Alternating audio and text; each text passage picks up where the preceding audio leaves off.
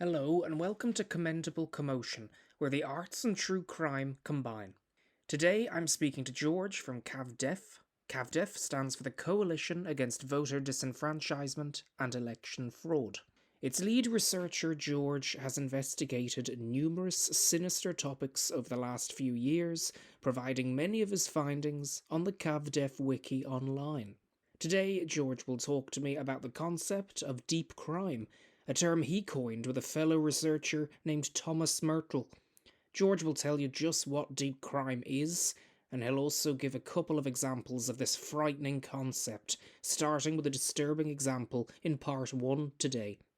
Given the subject matter of today's interview, please be aware that this interview will discuss very dark topics like murder, sexual abuse, and psychological trauma, so please be aware of that before listening. With that being said, here is one of the best researchers in true crime and parapolitics that I've ever met, George from CAVDEF. So I suppose first of all, George, who are you for people who don't know, and what do you do? What is CAVDEF? If you would please describe it for people, please. Yeah. So for the past, I guess it would be like, nearly 6 years at this point, I've been sort of the head researcher for this project known as CAVDEF.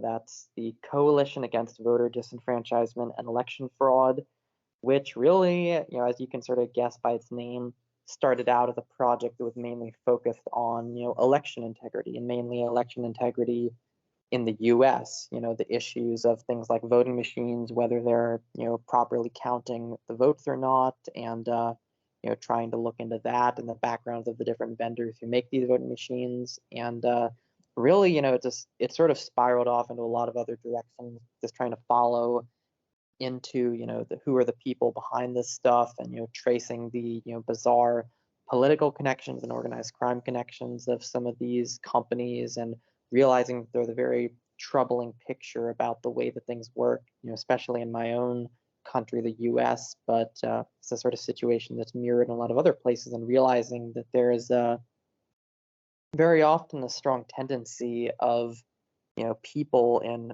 positions of power to, make sort of, alliances with, criminal elements, to essentially mutually benefit in terms of wealth and power. And realizing that this was a sort of endemic thing in society, I started to realize that I had a lot more things that I needed to research to understand, this whole picture. And ultimately, that's what CAPDEF grew into, sort of understanding this fusion between the world of politics and the world of crime, the way that people enrich themselves, and the way that they, manage to maintain their power, often in an anti-democratic way, against the will of the people, for the benefit of themselves, for the benefit of the very wealthy components of society. That's sort of been, exposing that has sort of become a big, and ever more sprawling mission of mine that CAVDEF sort of works to document. And, who would be your inspirations for the research you do? Any writers or, podcasters, filmmakers, anyone at all in that side of things who might be, an inspiration to you that made you think, I'm going to start CAVDEF, going to start researching? Anyone who, elicited that reaction from you in the beginning? Yeah, I'd say there are a few that come to mind. I think the big one in the beginning was Bev Harris. She is a woman who did a lot, especially back in the early 2000s, to expose what was going on with with electronic voting systems. Because that's sort of the big thing that got me into this. Especially coming from my own background in computers, computer programming, computer science. The idea that here in the US in particular, that when you cast a vote, it's basically being processed by this computer system, that basically is not showing you how it's being processed, not showing you the internals. It's just, you feed the votes into the system, you're trusting that it tabulates everything correctly, and then it just spits out this number, and you're relying on the honesty of the programmers, you're relying on the honesty of the election officials and all the people who are in charge of these machines to know what's happening. And so this whole concept of so-called black box voting, because these machines are basically black boxes where you don't see what's going on inside, it was a thing that Bev Harris took up to try and understand, well, okay, who is in charge of this? Who are running these companies that make the machines and program the machines? Who are these election officials? And how can you shed as much light on the process as possible? And she did a lot of very original, investigative journalism on her part, trying to, confront public officials, make them talk when often they didn't want to, and try to, do background investigation on these companies. And, she was one of the first people to uncover a lot of, that a lot of these major, the biggest voting machine vendors in the US had, financial criminals at the helm, connections to organized crime, all sorts of, strange high level political connections that would represent very clear conflicts of interest. And, so she, for quite a while, basically from like 2002 up until only a couple years ago, was very deeply into the election integrity world and, exposing what was going on in these places and finding, the overlap between what is on the surface a fairly legitimate sort of political process, really the core of the political process of counting votes, and people who were very much in it for what would appear to be ulterior motives. And the idea that just being an ordinary citizen could start to take on such a monumental task of just forcing light into areas where people would rather it not be shown, and just piling facts together, talking to people, getting court documents, public records, and everything, and assembling it together into a massive picture. I think she, was definitely my biggest inspiration when starting out. And eventually, as my focus grew, I think my other big inspiration, as I started to get into the more, the darker side of things with, some of, stuff like, the abuse of children, that I say that Dave McGowan, the author of a great many books in the parapolitical research world, such as Program to Kill, for example, and his amazing work in documenting this pattern of many people in high positions of power to be involved in very dark things, such as using and abusing children, as we see especially recently with cases like Jeffrey Epstein, something that has slowly become more recognized as something that does happen at high levels of political power. I think Dave McGowan and the work that he did and putting together a lot of these pieces and showing these major patterns within society, he became my other sort of big inspiration for CAVDEF. Dave McGowan, yes, he passed away relatively recently, did he? Yeah, it was back in 2015. So it was even before I ever really got into this world, before I started CAVDEF or anything like that. I never, I still wish sometimes that I had a chance to, meet him, talk to him, and yeah, it's really sad what happened to him, for his family, absolutely, and just for everyone. I think that especially in the recent climate that we're in, a lot of the very controversial things that he said are slowly getting proven more and more right. And I think his work didn't quite get the respect that it deserved while he was alive. Yeah, yeah, I see. And so like in terms of, shining a light on maybe some topics that need more attention given to them, I think that's a very admirable task. It's not easy. Something that maybe, it's a pity sometimes that more outlets don't do that as well. So are there any inspirations for you that, like, apart from other, researchers and that kind of thing, is there anything way, way back when you look back on your life? This may be a strange question, but anything when you look back on your life that maybe on a personal level inspired you to do what you do now with CAVDEF? Um, Anything at all that maybe, on a personal level you think, oh yeah, that particular thing that happened to me inspired me to do this, or some family background or anything like that, friends who may have been, whatever, who told you about, I mean, anything like that at all? Or was it mainly just being inspired by reading the work of, Bev Harris and Dave McGowan and people like that?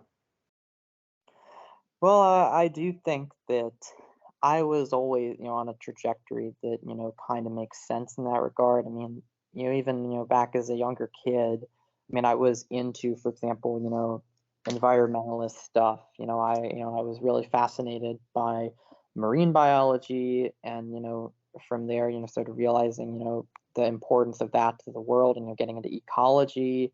And so I was, I was sort of, I was organizing recycling programs at my school as a kid, giving, talks about, the importance of renewable energy and stuff like that. So I was sort of becoming, I guess, a little activist, if you will, and really, feeling sort of compelled to care about the future of the world.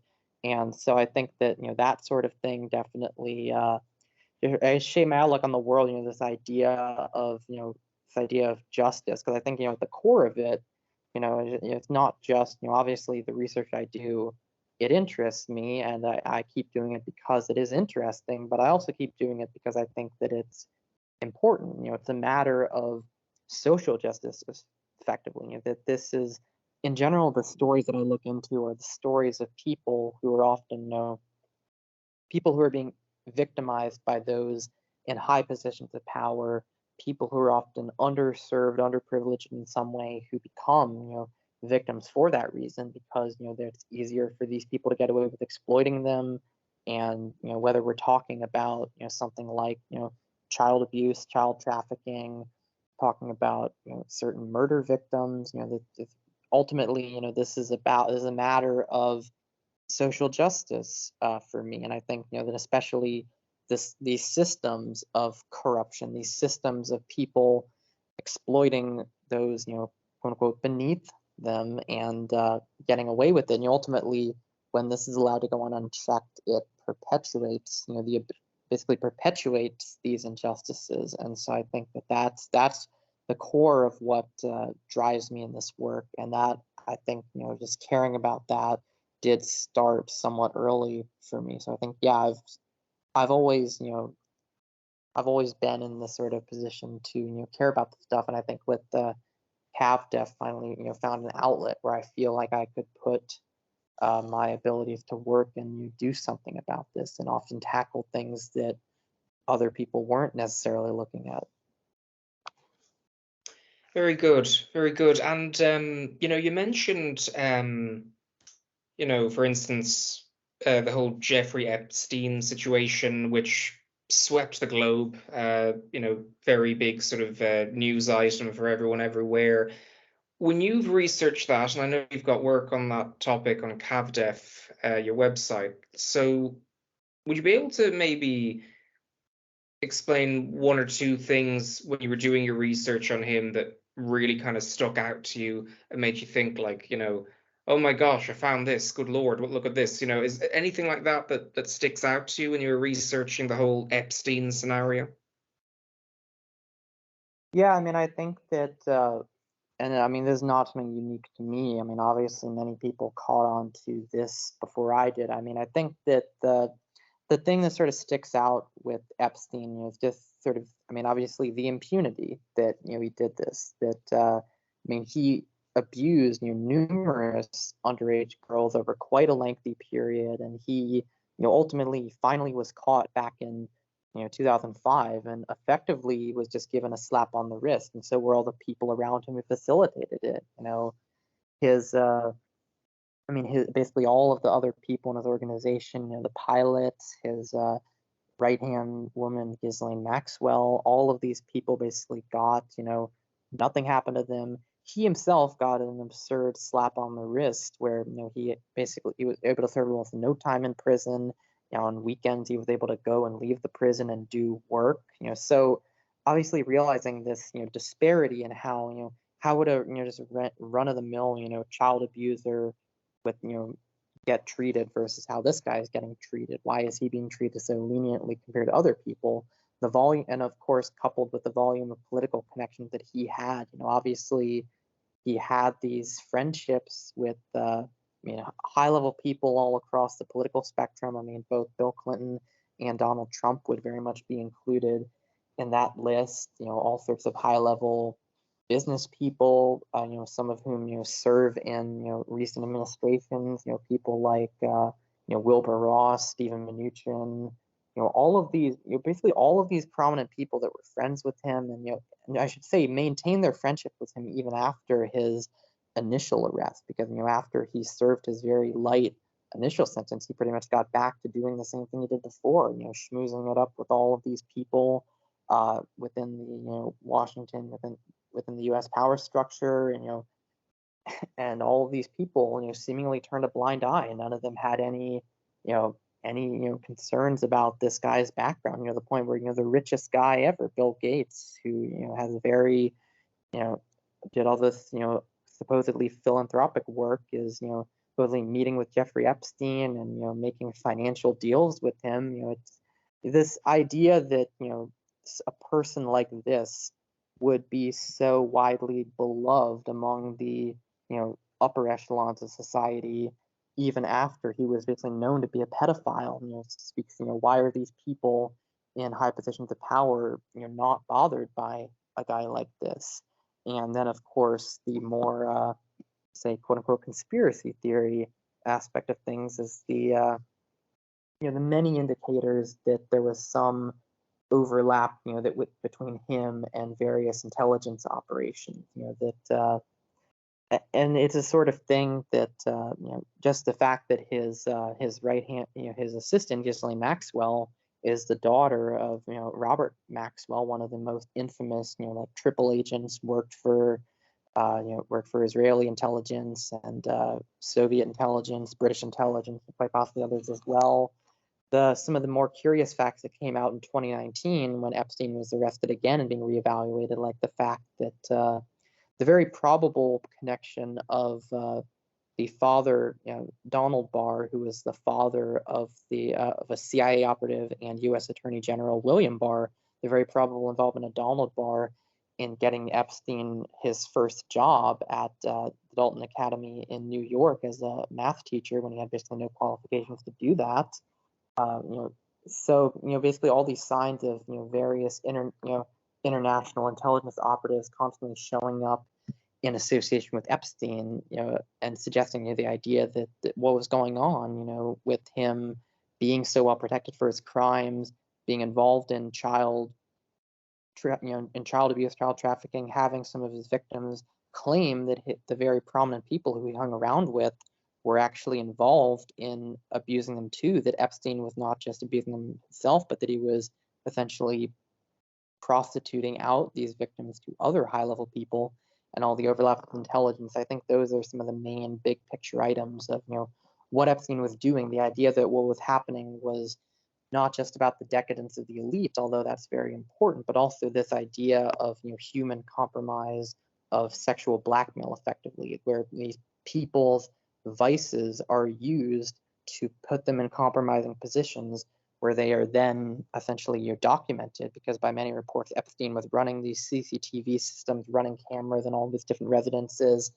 essentially getting documentation of what these people are doing, and then using that as leverage over them, using that as blackmail to control them. And this idea that people within these intelligence agency bureaucracies are essentially using tactics like this to co-opt the more visible part of government. People in elected positions of power becoming subservient to this more entrenched type of interest that is reflected in the intelligence agencies, which is a common thing that you see in other similar cases to Epstein, like the so-called Franklin scandal of Omaha, Nebraska.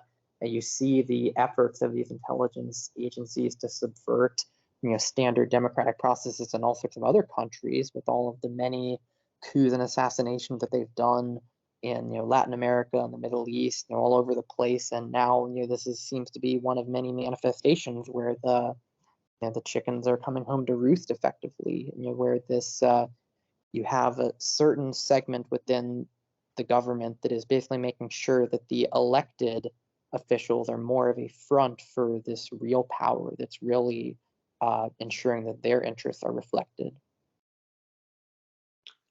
So, if that's the case, then I suppose the Epstein case could be regarded as a deep crime. That's a term I heard you use on another podcast, I believe, and I liked that term. It said a lot. So, would you be able to describe, what the term deep crime is associated with? Because I remember you describing it in that other podcast. Thought, that's brilliant. Would you be able to describe, deep crime, where you came across that term, how you've formulated that term?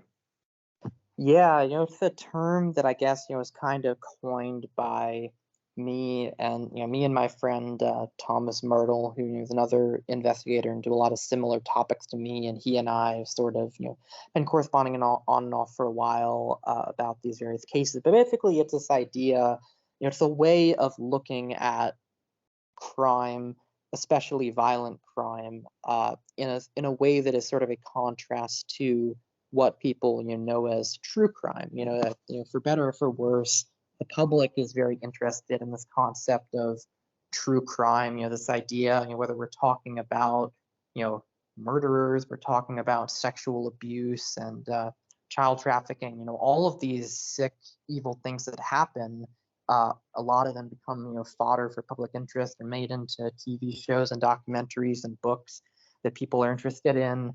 And it's often very much a topic of fascination. But if a topic of fascination, in a sense, it's often focused, is in a very individualized sense, the way that it often gets discussed. This idea that you focus on just individual particular people who appear to be the direct perpetrators, and you focus on their internal pathologies, their internal demons. If we're talking about someone like Jeffrey Epstein, it's just like, yeah, this guy is a sicko pedophile who's obsessed with sex, and he just did this for his own personal benefit. And and similarly, his associations with these high level people are just sort of framed as, oh, this guy really likes to make these connections to feel important and expand his own wealth and power. It's the sort of thing that is focused on just one person and the why they're doing it, and it's not really portrayed any sort of systemic picture. And with serial killers, it's all about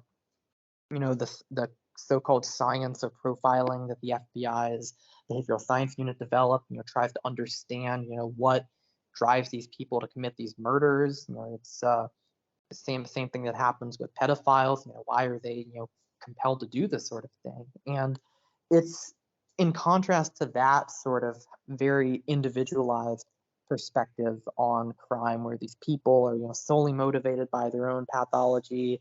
They're generally working alone. They're not part of larger structures. Deep crime tries to understand these crimes in the context of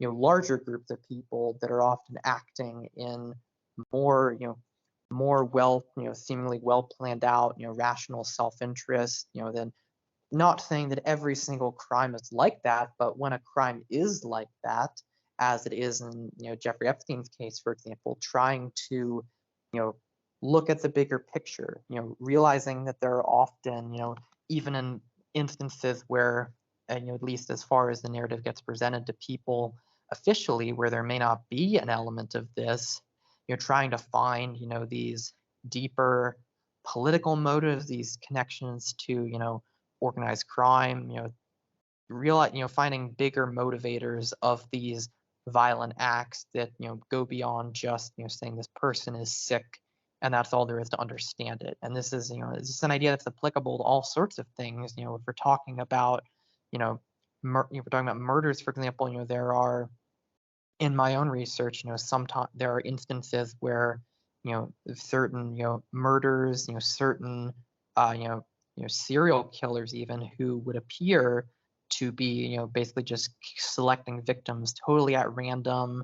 There's not really any particular reason why this specific victim would be chosen over any other victim. There are sometimes indicators that certain victims are actually targeted for specific reasons, that there is a particular motive, a motive that that seems evocative of some kind of organized crime, contract hit type of direction. The point where, if this victim wasn't connected to this quote unquote serial killer, you would probably assume that there was something much deeper going on of why this particular person was killed.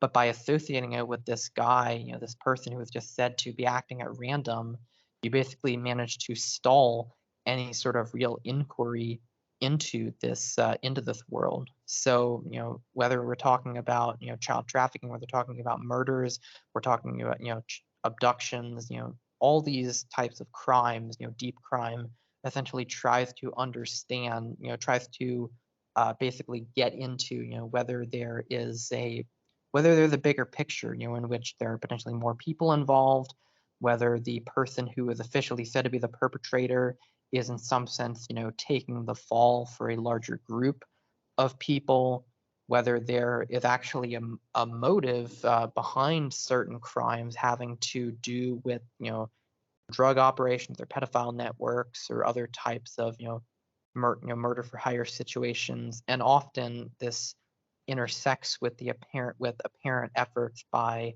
people in law enforcement to, essentially minimize the picture, to try and can make such a deep crime look as if it's just the work of one person or a few people, and that they're not connected to, any sort of larger networks. That often tends to be the very, very common pattern that you see in the way that these crimes are dealt with. And, obviously, depending on the crime in question, sometimes you can very easily and substantively prove that that this crime is a so-called deep crime, that there's a lot of, very compelling direct proof for that. Sometimes it's more speculative, and you have to, make inferences to the best of your ability. So it's a case by case thing, and some of them are more or less compelling than others. But, it's the idea of a deep crime, I think provides a much better way of understanding a lot of these things, which are supposedly random acts of violence. In this,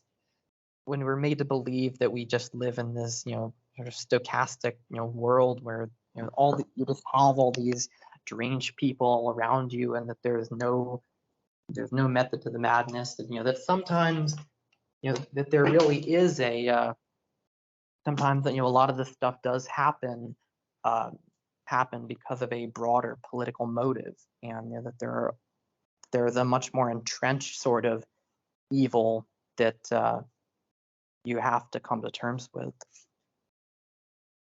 And do you think, for some people that is too complex for them to get into? Because I mean, like true crime is, it's blown up. I mean, so many people listen to true crime podcasts. There's so many true crime documentaries on Netflix, for example.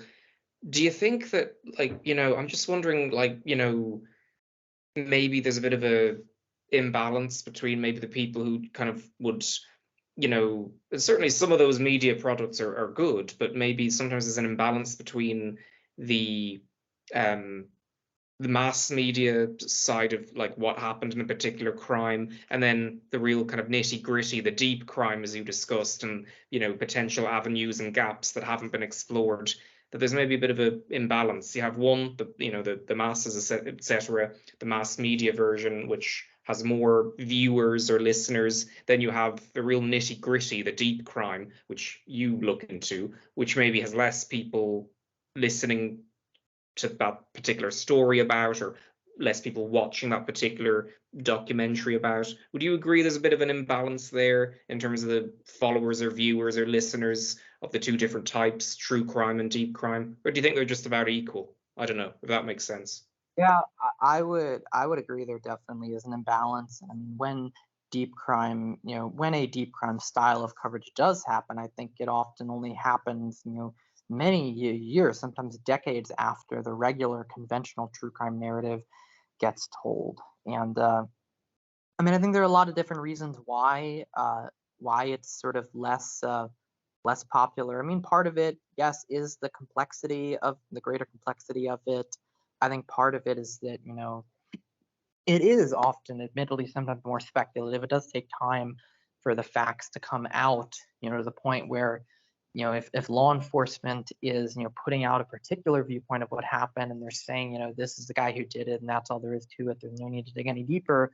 Well, most people aren't going to dig deeper. You just get this, and you profile it, you show it off to the public, and say it is like this. And I mean, obviously, when you have a particular, official story that says things are a certain way, there will be little bits, and when you try to force a much more complicated narrative into this sort of simplified narrative, there will inevitably be gaps in the understanding various anomalies where you ask, well, why are they not following up on this? Why did this happen? This seems very weird. And we'll get in a bit. I'll get into a particular example of a case that has a lot of these anomalies that are only just starting to be recognized by the public. But I think there's a very often when you have little to go on beyond just a sort of innate instinctual sense that something is wrong, there is a tendency, if you're speculating along these lines and thinking that there might be more to it, a lot of people will tend to label you as some sort of conspiracy theorist, effectively. This idea that you are basically just going off into the wilderness on, going out on a limb with not much evidence to back up what you're doing. You've essentially, this idea that you have a narrative that just works perfectly fine, and you're just complicating it because you want to feel, like special. You want to feel that there's some more order to the world. And I mean, obviously, as I just said, there is, in some sense, when you go from an individualized understanding to a more deep prim understanding, that yes, in some ways, you may say, well, you may feel that the world comes out as somewhat, less random in a sense that, you have, rather than just thinking that it's just a bunch of these crazed lone nut perpetrators acting, and that there's no more, explanation to it all, that you have a sort of more organized structure that is behind a lot of these events. The reality is that it doesn't actually make the world simpler. If anything, it makes the world more dark and more scary and more complicated, because at the core of any such system, you still have, it's still people. It's the fact it's people in a more organized setup, but it's still all these people with their own agendas, their own interests meshing up against each other, interfering with each other. You essentially, you've gone from, it's just really more a question of whether it's solely explained by individuals versus whether it's explained by systems of power networks of individuals who are working together towards common goals. And those systems and those individuals still do clash with each other and make a mess of things. This idea that you have larger groups of people, and you're not just individual people doing this stuff, but groups of people who are coming together to do this stuff, and groups of people who are very much tied to higher levels of political power, arguably, if anything, is a much more scarier realization to have about the world, that you're not just dealing with these deranged lunatics who can be caught and stopped, and that's all there is to it.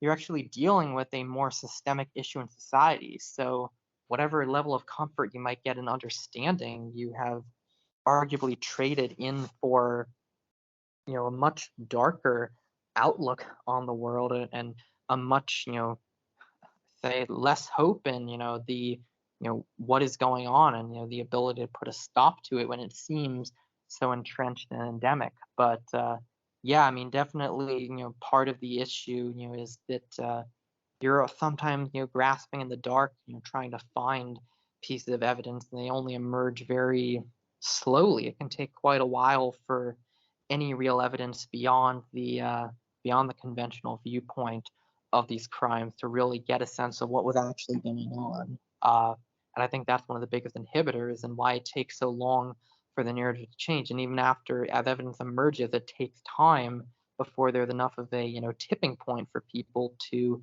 accept that these weird anomalies and quote unquote coincidences might actually add up to something more than just a mere coincidence.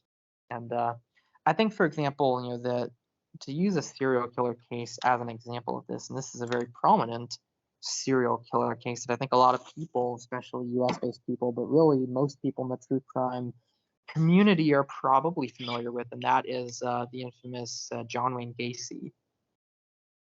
He was a yeah, he was Yes. yeah. So he was a serial killer out of Chicago, really operated throughout the 1970s, and he, at least officially on paper, is what he was convicted for, and is said to have killed 33 young men and underage boys. Basically, killed them in very gruesome ways. Very often, sexually, torturing and raping them, and then either burying them in the crawl space beneath his house or dumping them in the nearby river. And ultimately, he was found to be guilty of this crime and convicted of all these murders and convicted as the sole person who was involved in all of these killings. And that was the way that things stood for a while. But really, almost from the beginning, cracks sort of emerged in the narrative. But it didn't take it took quite a while for this to be really widely recognized as an issue. That even from the very beginning, because part of the prosecution, case against Gacy, and proving that he was behind this was that there were a number of people, a number of victims who, had been essentially kidnapped by Gacy and, raped by him, tortured by him, but then eventually were released. And so these people were alive to testify against him and say what he had done.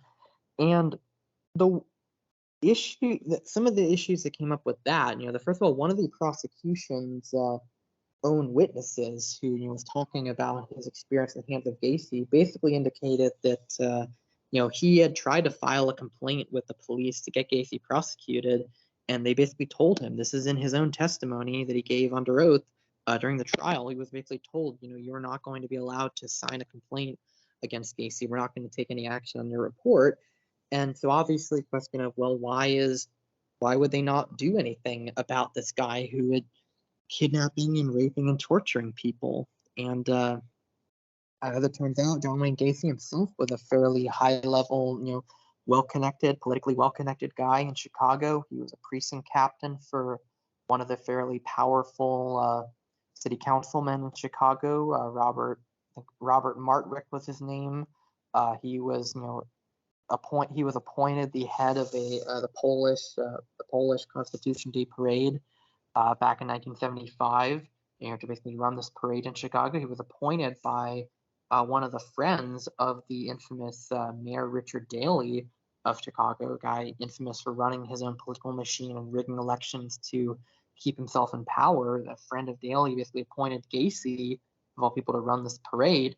And so he ran this for a number of years, and at one point was even photographed with the first lady, the wife of U.S. President Jimmy Carter, at one of these parades in 1978. So this guy Gacy was very much connected to high levels of political power in Chicago and potentially even nationally. And so for whatever reason, he was basically getting there was resistance to doing anything about initial reports. The police were pretty much ignoring these reports, and when these reports were made, taking very little action and certainly never connecting what was going on with Gacy's abuse of these people to the multitude of missing men and boys in the city. That you're getting to the point where dozens of these people were missing and they were being labeled as runaways. So bizarre responses by the police and the prosecution. But what really started to create doubts in this whole framework, this idea that Gacy was just completely acting on his own when he did all this, is that one of the other survivors of an attack by Gacy, his name was Jeff Rignall, actually testified in the trial that while he was being tortured by Gacy, he was tied up and being abused and tortured by Gacy. There was another individual, a second person in the room with Gacy as Gacy was torturing him, and this person was actually giggling. And this, the prosecutor even said basically, this guy who was a victim of Gacy, we don't believe him. It's basically saying that a victim of torture at the hands of Gacy, and that they didn't even trust his own recollection because they didn't believe that another person was involved in what had happened. So this guy, you had people who were close to this, people who were abused by Gacy, who were saying that there were more people involved, and yet the people who were in charge of delivering justice on this were basically ignoring all that and casting Gacy as a lone perpetrator. But ultimately, a lot of troubling evidence about more people than just John Wayne Gacy would come out and would suggest that there were very bizarre Chicago political connections and also organized crime connections in the background of what was going on.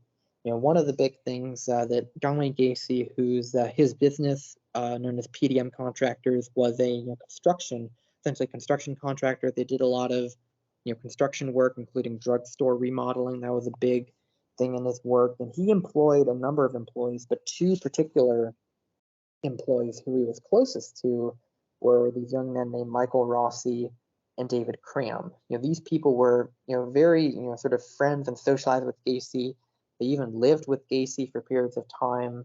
One of the, in sort of very early news reports after Gacy was caught, it was talked about how some of these employees were under suspicion too as to whether they knew anything.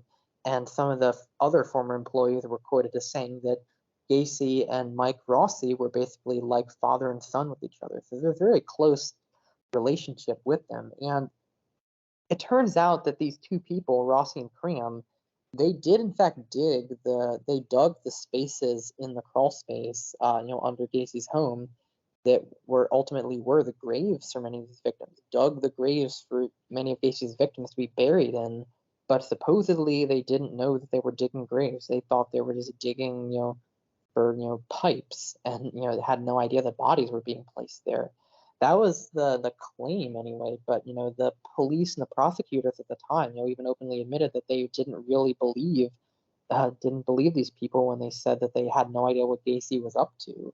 And it turns out, there's some very troubling things that ended up emerging. That this one particular individual, Mike Rossi, for example, it turns out that one of Gacy's victims, a former Marine named John Mowry, had actually moved in with Mike Rossi into a new apartment shortly before his disappearance and murder at the hands of Gacy.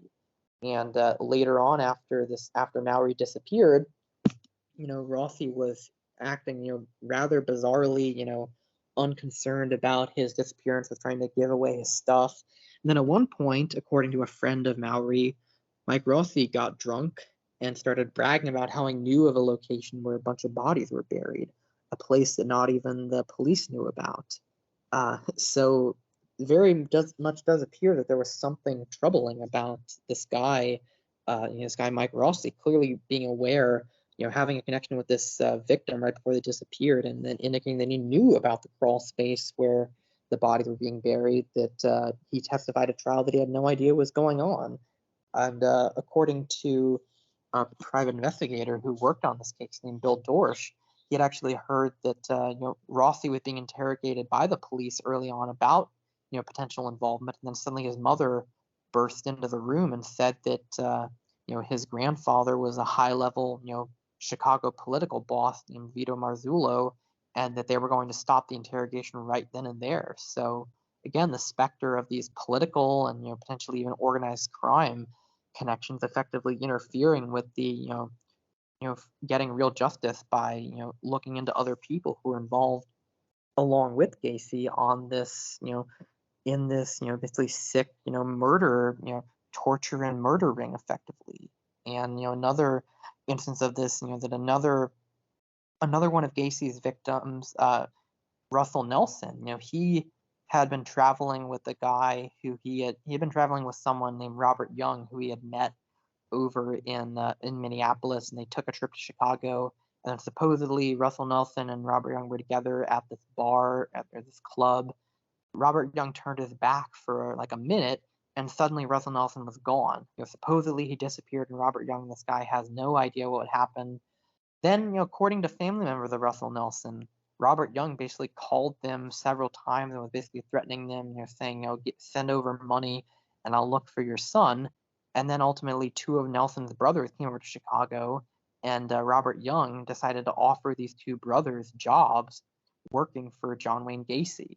So Robert Young, this guy who was traveling with the Gacy victim right before the victim disappeared, and supposedly Young has no idea about the disappearance, turns out to have been connected with John Wayne Gacy to the point where he was even offering the victim's brothers jobs with him.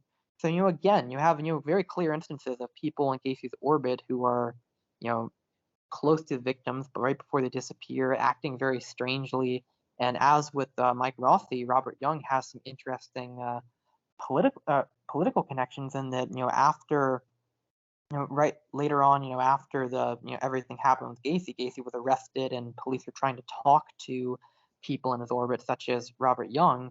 It turns out that Young had relocated down to Fort Lauderdale, Florida, near Miami, and he was now living in the home of Dick Bobbitt, who was the former mayor of Oak Forest, Illinois, a suburb not far from Chicago.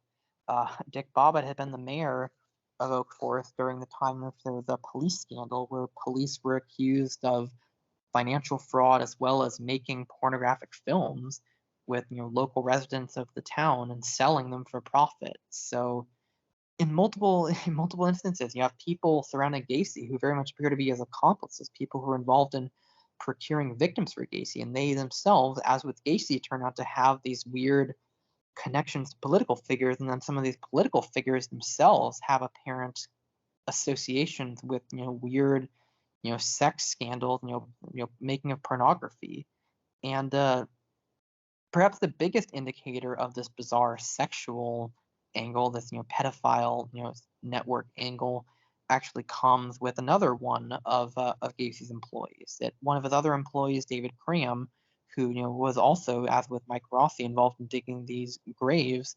David Cram at one point, he had a friend named Philip Paskey who he sort of introduced Gacy to, and Gacy even employed Philip Paskey for a time. It turns out that Philip Paskey was actually the right hand man of a local child trafficker in the city of Chicago named John David Norman. That John David Norman was effectively running this massive sort of mail order pedophile operation there in Chicago, where he would have clients all over the country that would request young boys for sex, and he was sort of arranging for the transportation of these boys around the country who were victims of victims of his to be victims of these other pedophiles who would pay for his services. Philip Paskey was arranging all of these things while at the same time, and was associating with one of Gacy's employees and even working for John Wayne Gacy for a time. And John Wayne Gacy, after he was arrested, even wrote up a profile information sheet on Paskey for his defense lawyers, and put in a lot of information about Paskey, indicating that Gacy very much knew what Paskey was up to. He knew that Paskey was involved in child trafficking. He knew that he was prostituting out children, both boys and girls, to people to sexually abuse, and also making pornographic films of them. So John Wayne Gacy was very much aware of this hidden sort of sex trafficking angle that was going on with John Norman and Philip Paskey, and that even more strangely, John Norman, this guy John Norman who ran the sex ring, had initially been arrested. He had been arrested on prior child abuse charges there in Chicago, or actually in a suburb right outside Chicago named Homewood.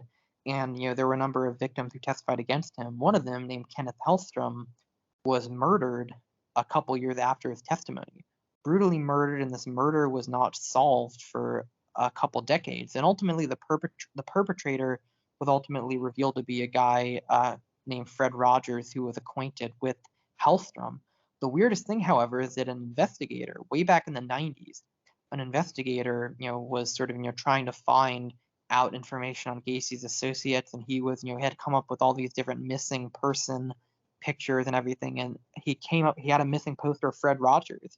He showed the poster to Gacy, because Fred Rogers had apparently run away briefly at some point, so there was a missing poster. He showed the picture of Fred Rogers to Gacy, and Gacy said, yeah, I think I recognize this guy. He was an acquaintance of David Cram and Mike Rossi.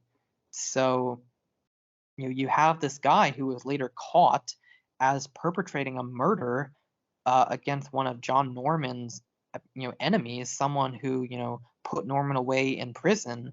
This person who is later found to have committed this murder turns out to be recognized by Gacy as hanging around with these people, Mike Rossi and David Cram, who clearly are helping Gacy with his own murders, and also are connected with this sex trafficking ring as well. So you just see this very strange, big picture, where there are constantly, signs of pedophile, networks, child abuse in the background of what's going on with Gacy and the people around him, that there are more people involved in these murders, and that very plausibly, that some of these murders are not just, are not just, for the sick, personal pleasure of Gacy, but that possibly there's even an effort to, essentially, that Gacy's home, was being used essentially to deposit victims of this network. Essentially, Gacy and people in his orbit were being used to get rid of victims in this ring if they were at risk of talking about what was going on. And another sign of this is that one of the people who was said to be a Gacy victim for decades, named Michael Marino, was, claimed to be a victim of John Wayne Gacy. It turns out that after a DNA test, he actually wasn't a Gacy victim. He had been misidentified as being buried in Gacy's crawl space, and it turns out that he was actually never been accounted for. And then there were witness accounts after this guy Michael Marino's disappearance, suggesting that he had actually been engaging in child prostitution on the streets in Chicago for months or even years after he had disappeared, which, again, very suggestive of the possibility that some of these people, these Gacy victims, taken into child trafficking scenarios, and that they either, were killed and dumped there after they outlived their usefulness, or even, were misattributed there and said to be victims of Gacy to halt any sort of inquiry into what was going on with Gacy. There's just a very sick picture of what's happening in Chicago with this child abuse network that really, that is pretty much all forestalled when when the police and the prosecution say Gacy acted all on his own. He's this lone perpetrator. No one else helped him in any of his crimes, and they basically just cut off the inquiry there. So it's a very, very long-winded and complicated explanation, but this is a very sort of archetypal case of a deep crime that clearly this guy John Wayne Gacy had political connections and was being, for whatever reason, protected from consequences for quite a while. He has all these people who are working with him and helping him commit these murders, helping procure victims for him, helping him bury these victims. They themselves seem to have their own political connections as well. You have an overlap with this child sex trafficking ring that Gacy clearly has some level of knowledge about, and knowledge of people who are perpetrators in the network, or helping possibly even commit retaliatory murders on behalf of this network.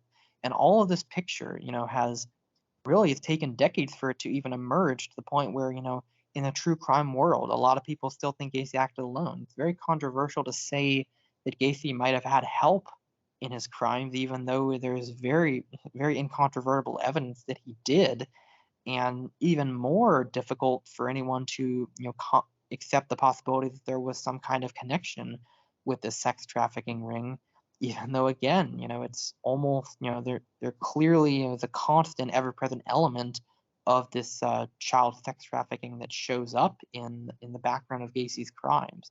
I think that this is an example of how this sort of deep crime system works, where you have a larger system of abuse, of crime, that gets minimized, turned into just one person acting alone. The crimes of many people get attributed to just one person, and all of these potential connections to politics, to organized crime circles, all of that pretty much just gets completely buried, and you basically obscure a major part of the history of what went on, and you essentially attribute it all to just one person. So that is a very comprehensive and detailed and intriguing example of a deep crime, you say. So that's very interesting. I'm just wondering, like, when you're dealing with subject matter like that, like the John Wayne Gacy scenario, how do you like it's very dark stuff, you know? I mean, it goes Yeah. without saying, like, I mean, it's very dark stuff, obviously. I mean, as soon as the word serial killer, or whatever emerges, of course it's going to be dark, it's going to be gloomy, it's going to be depressing, it's going to be disturbing.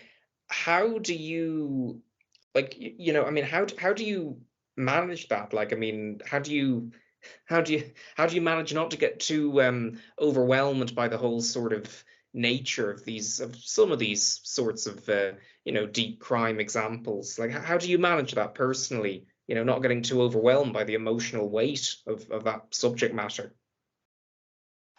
Yeah, I mean, it is tough, and I mean, I think that there are many times when I just I'm reading somethsomething for a while and eventually you're just like, geez, what what the fuck? Eventually you have to take a break from it. If you are, because I can spend hours reading this stuff and going deeper and deeper, and eventually, it just sort of piles up to a point where you can just feel it, not just mentally but physically unwell with this, and you just, absolutely fatigued. So I think, definitely there are times when you have to step away from it, and I do, try to just do something else relaxing, walk away from my computer, go outside.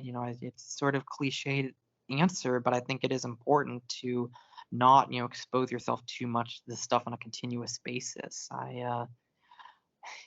Because yeah, I mean, it's a darkness that really does consume you, and I think that it can really, suck out a lot of your, hope and, bel belief in, belief in this world, that if you expose yourself to the idea that, not just that something this dark happens, but the idea that something this dark has happened and has been very thoroughly covered up at every level of power, the people who are supposed to do the right thing and catch everyone involved actually just, took the easy way out. They said it was one guy, and they're just letting everyone else get away with it. It can make you really infuriated. Seeing the way that evidence, very clear and compelling evidence, gets twisted. I think that it can be very demoralizing as a picture to realize that the ease with which this stuff gets obscured, even though, any sort of honest investigation would immediately pick this stuff up. So yeah, I mean, I can't always say that I don't let it affect me. That I think I have gone so deep into this because, at the same time that you need to protect yourself, but you also need to. It's also the sort of thing that just becomes so important to me that, I think it needs to be exposed. That I think I have gone a lot deeper into it than, many other people do, and it definitely has, cause a lot of pessimism for me at times when I think about the state of the world. So I think, maintaining a healthy distance, a healthy balance with other things in your life is important, but certainly there's still room for improvement for me on that area because, it's hard to fight this impulse of thinking that, people need to know about this because it has such a major, ramification for the way that society works, that if these crimes go unpunished, that there's no incentive for these people to act, honestly in the future. If they get away with it once, they're just going to do it more and more, and it's never going to stop. And, given that impulse to research particular, topics that, need more attention, that kind of a thing, would you ever consider, say, as well as writing for CAVDEF and your own research? I mean, for CAVDEF, would you ever consider writing, say, for a publication like I don't know, let's say a mainstream publication, like maybe I don't know, like let's say you wanted to see if a piece you wrote would be sent to the New York Times or published in the New York Times. Will you ever, consider that route as well, or do you just want to keep it to, CAVDEF, or have you ever thought about, submitting to, newspapers or local or national newspapers, even anything like that? I have definitely thought about the idea of, one. I mean, you always want to get as much reach as possible with this stuff because of how important it is. But it's in some ways the type of thing that is not always well suited to, regular, mainstream journalism, at least in the form that it is, just because of the difficulty of assembling a picture that becomes something that you can really document and prove. That if you're a police department, who has the ability, you have the ability to get witnesses subpoena, you can get search warrants, you can do a lot of things that you can't do as a regular citizen. And even a journalist, just having the prestige of saying, I work for the New York Times, so if you don't talk to me, I'll print for everyone to see that you refuse to talk.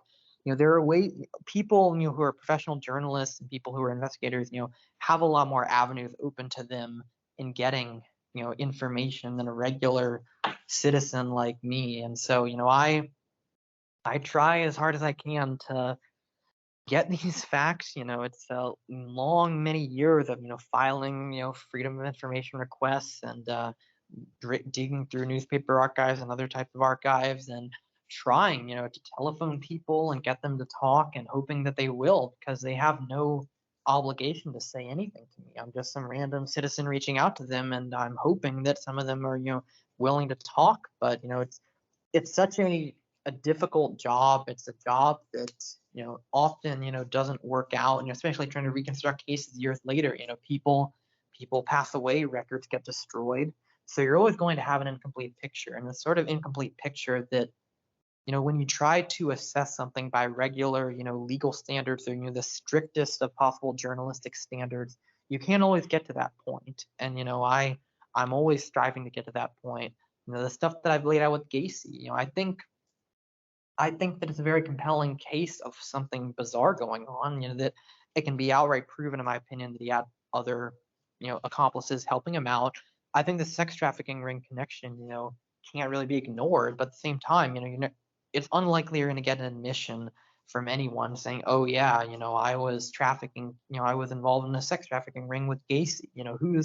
Who's going to admit that? Why would anyone admit that? The types of crimes you get into, there's so much riding on it, so many people's reputations that it's hard to get to the point ever where you're going to have the sort of direct evidence that you can rely on. I think that a lot of these crimes are the sorts of crimes where you can never quite expose them to the point, of actually, 100% directly proving it.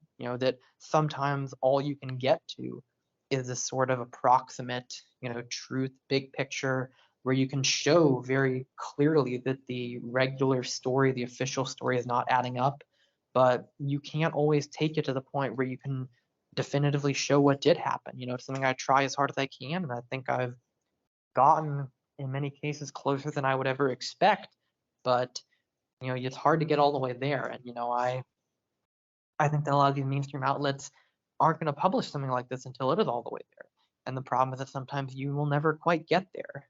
And I have those same standards for myself as well. That if I publish something, CAVDEF is one thing. It's sort of a constant, work in progress. Sort of scratch pad for myself and any of my collaborators who we find these things and slowly assemble the picture together. But if I, to put my name on something that is published, I want to be confident that I did the best that I could, and taking it as far as I can. So it's always hard to know, at what point do I figure, I've found about everything I can. It's time to put the it's time to put take my investigator cap off, put my writer cap on, and start assembling everything and showing people, this is as far as I've gotten. And maybe we won't get everything, but we've gotten as far as we can. So yeah, I think that I have this, guess, this perfectionist streak where I do want to get this stuff published and written up eventually, but I also want to investigate this stuff basically, perpetually, because there's always more to find out. So to find out at what point you stop, you realize you've gotten as far as you can, is maybe not something that I've quite figured out yet. But absolutely, at some point down the line, I do want to see what I can do to get this stuff, really published and written up as, genuine journalism and get it out to the rest of the world. Thank you for listening, everyone. Part 2 of my interview with George from CAVDEF is coming very soon. Stay tuned.